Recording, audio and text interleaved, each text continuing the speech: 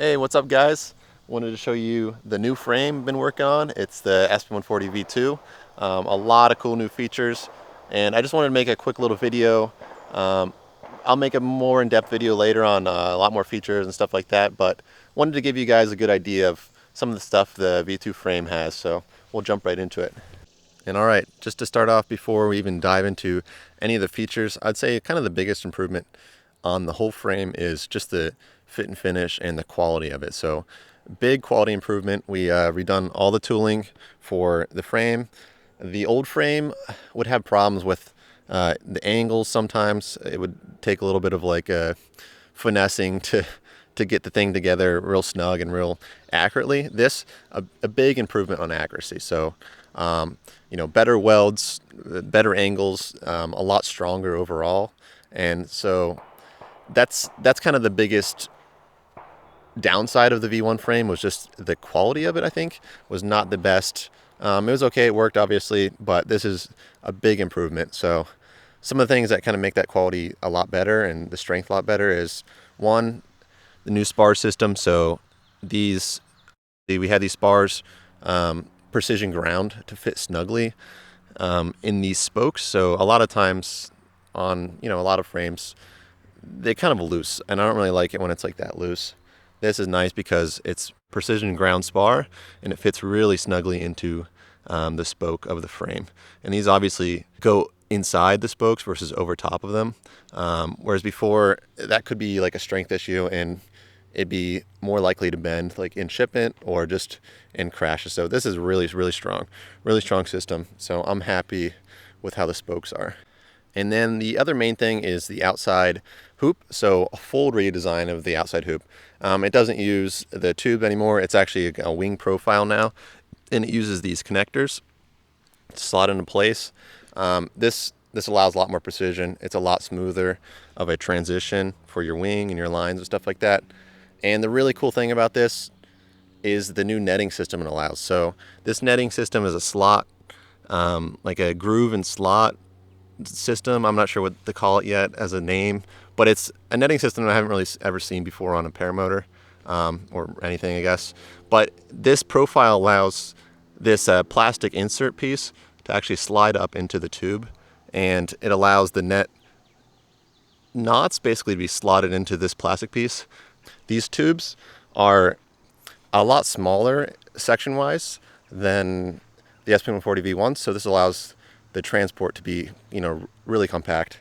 Mixed with this new frame where the halves are separated, so you can break it down really small, and it's really small for transport. Like the box size is it's tiny. Typically, the outside hoop was the longest piece in transport, and it would kind of need its own box, or it couldn't fit in your car as easily as it would be the longest piece.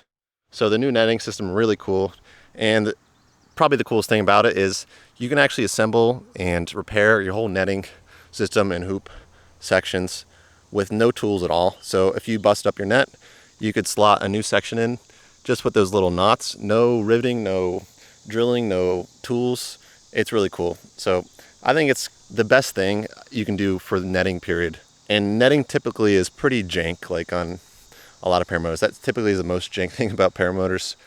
Is the netting. It's hard to do. It's not necessarily it's obviously not a fixed piece, and it's weird to attach sleekly. And I think this is probably the best solution I can think of for the netting system. So really cool netting system redesign, huge, and the hoop sections really nice. Wing profile, maybe a little bit more efficient than a hoop or a round tube profile. For our speeds, we're pretty slow flying, so it probably doesn't matter as much. But it mostly allows this slotting netting system, which I think is fun. All right, and then the next thing is these new little leg connector pieces. So obviously the hoop slots into this, and these just tighten down on them. So you can turn this knob, tighten them up. They're really strong, and the cool thing about them is they're actually designed to be FDM 3D printed. So if you want to change the colors out or something like that, you can actually just print your own out. And typically that kind of stuff's not that strong, but when it's designed to be printed like that, and these are pretty beefed up, so they can really take an impact. But if you do break them or something like that, obviously The whole frame's open source, just like the V1 frame, but this one's going to be cleaned up a lot more. So with the V1 frame, the files were like all over the place, wasn't that clean, wasn't that up to date most of the time. But this is going to be, I already have it all done. The files are all up to date. You can download this exact thing. That's one of the really cool things about the V2 frame is if you want to print different slot pieces, different colors, you can even print these connectors. So a lot of cool stuff like that. And that's kind of the main things about this frame. Again, a lot stronger than the V1 frame, a lot more precise. The accuracy, like these pieces are extruded versus before they were bent out. So this is like a double mold to do the extrusion. The tooling for the center frame, a lot more accurate. The welds are a lot better. The netting is a lot less jank, a lot easier to replace. So this allows the whole frame to be, much more affordable, even though it's a lot higher quality. So again, parts are going to be super low cost. I'd say basically half or a third of any other frame on the market. I think it has the best netting system overall, really simple and where it needs to be, lightweight where it needs to be. So I'm really happy with the V2 frame. Big improvement over the V1.